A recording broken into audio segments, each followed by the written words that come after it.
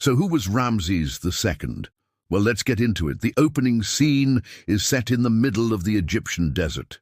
You can see sand dunes moving in the wind, but then there's this huge pyramid that just looms out of nowhere.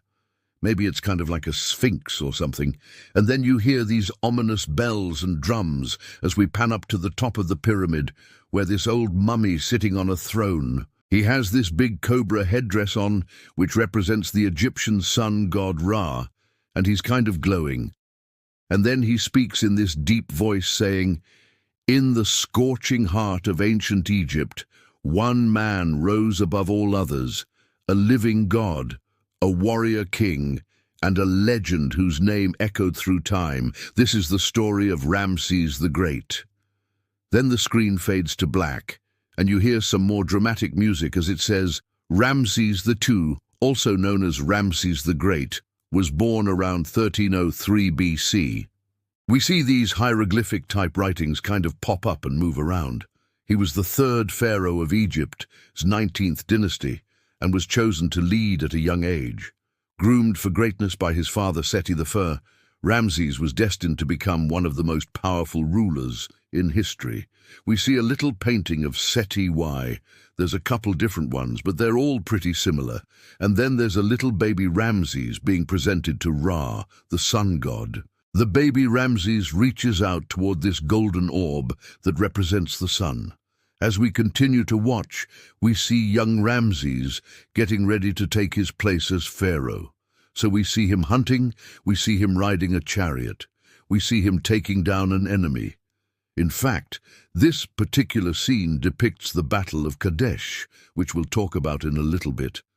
And then we see him giving orders to his military generals and kind of standing next to the Nile River. It looks like he might be giving them orders about the building of some sort of monument along the river. As the narrator continues, we see various scenes of Ramses as pharaoh, including these beautiful paintings of him giving thanks to Ra for his victories and the building of these great monuments.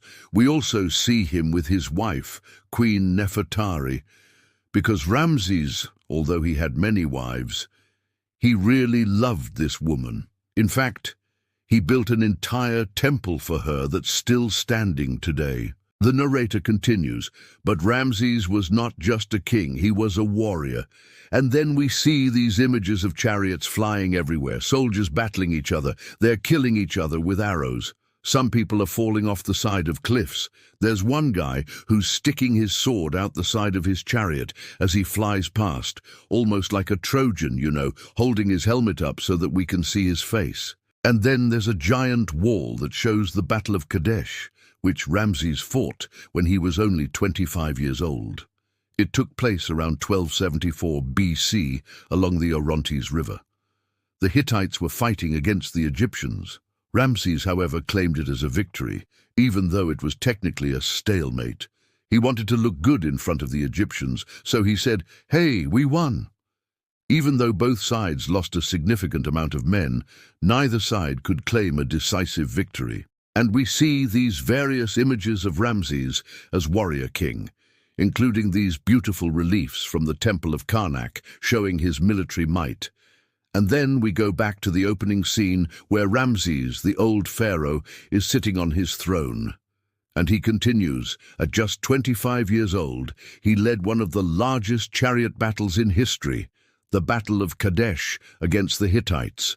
Though the battle ended in a draw, Ramses declared it a glorious victory and made sure everyone in Egypt believed it. Pan up to the top of the pyramid. The music stops and the old pharaoh begins to fade away. Then we see another painting of Ramses as a young warrior, but he's talking to his advisors and he looks like he's getting ready to set off for another battle. As the narrator says, Ramses didn't just fight, he built. We begin to see images of the Ramesseum, which was a massive mortuary temple built by Ramses III. It was originally painted in bright colors, but those have faded away over time. However, the images here are still pretty striking. We see Ramses giving thanks to various gods, but also conquering his enemies and taming wild animals. And then we see him riding his chariot along the Nile River. The narrator continues, from the mighty Ramesseum to the awe-inspiring Abu Simbel, he left his mark on stone, ensuring his name would live forever. Now we see these images of the temple of Abu Simbel, which is carved into the side of a mountain. The work on this temple alone took 20 years to complete.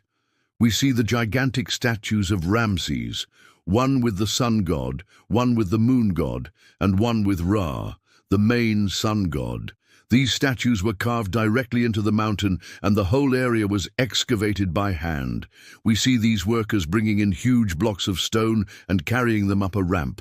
And then we see the finished product. The narrator says, Abu Simbel was carved into a mountain.